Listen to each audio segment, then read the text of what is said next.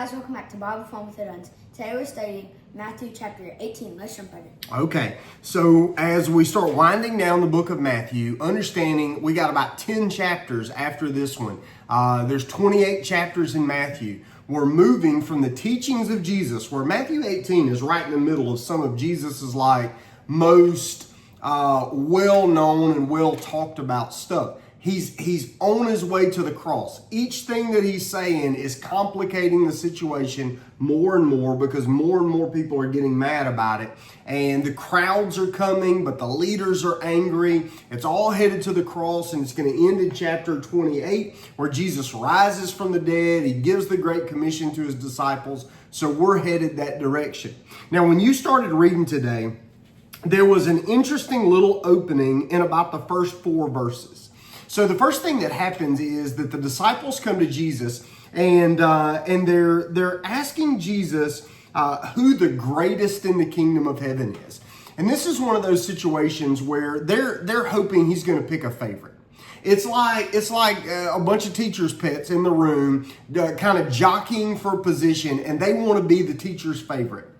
Well, as all of this is going on, what they're missing is that when they're asking who the greatest in the kingdom is, it's not even a competition worth having because Jesus is the greatest in the kingdom. So Jesus is not just first in the kingdom. Jesus is the only in the kingdom. He is so first, there's not even a second. And so in all this conversation about who's the greatest, there's a lot of irony there where Jesus is setting up like, what are you guys thinking? So when you keep reading this and Jesus picks up a little kid and he puts him in front, Jesus says, "Assuredly I say to you, unless you are converted and become as little children, you will by no means enter the kingdom of heaven. Therefore, whoever humbles himself as a little child is the greatest in the kingdom of heaven, and whoever receives one little child in my name receives me." So the first 4 verses of Matthew chapter 18 really set the stage for the rest of everything that's going to happen in the chapter. Because when Jesus takes this kid and puts him in the middle of all of these grown-ups watching, Jesus starts to illustrate what it means to be a Christian. And then he's going to spend the rest of the chapter unpacking what all of that means in terms of, as Christians, we have a responsibility in how we relate to each other and to the world. And Jesus is clearly saying that his followers, his disciples, must be humble. They must be loving. They must be willing to grant extreme levels of forgiveness to one another. And they've got to do it all in a way while loving God first and loving their neighbor before they love themselves. Now, Jesus is going to get into some things that people are going to really have trouble with.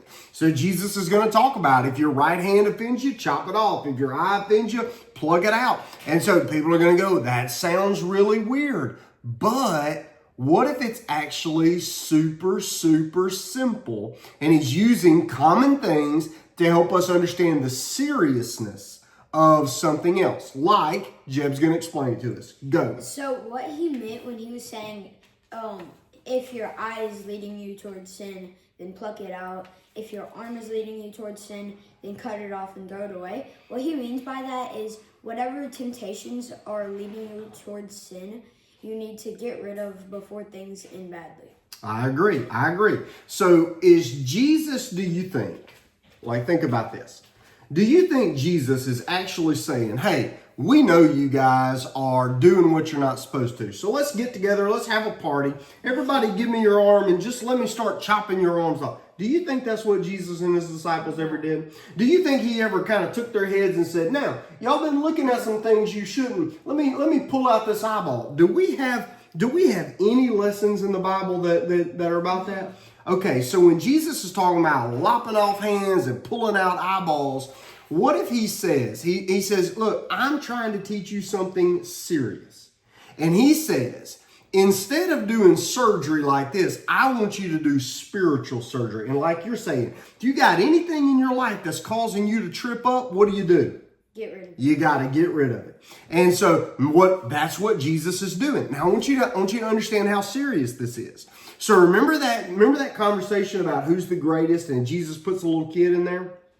The next thing Jesus does is he says, and then Whoever causes one of these little ones who believes in me to sin, it would be better for him if a millstone were hung around his neck and he were drowned in the depths of the sea. And you go, that sounds pretty harsh, Jesus. And what he's saying is, he says he's going to take it very serious if anybody causes somebody else who's watching them and looks up to them. He's going to hold them highly responsible for the sins that they teach. So, if I, as your daddy, teach you more sin than I teach you about the Lord, you think that's going to make God happy or sad?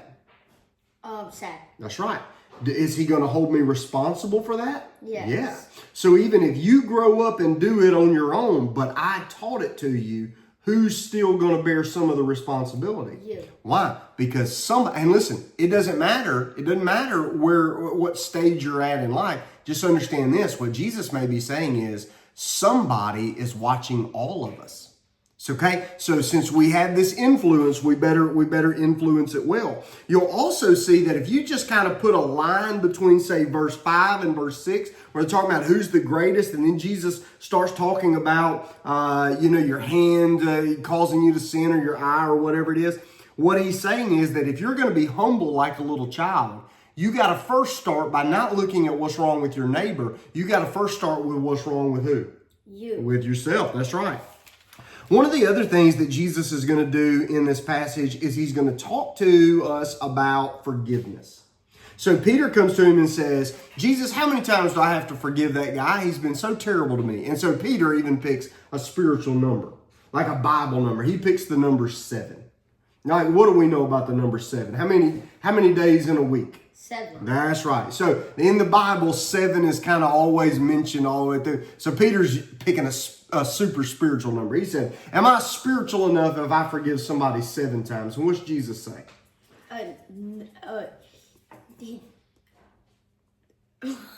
He gives him a math problem. He said, not just 7 times, but 70 times 7 times. Do you think Jesus is actually saying you only have to forgive 490 times? Not even that much. He says, you just keep forgiving. And so what we're finding here is that forgiveness is not an emotion.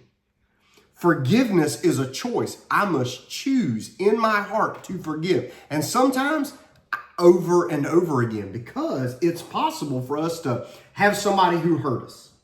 And then we go, well, I'm going to forgive them. But you know what you got to do tomorrow when you wake up? When you get mad again, you know what you got to do? Forgive them. You got to do it again. That's right. And so that's why some of us have to keep in practice of, I know this happened a long time ago, but every time it comes up, I have to keep giving it back to the Lord and forgiving.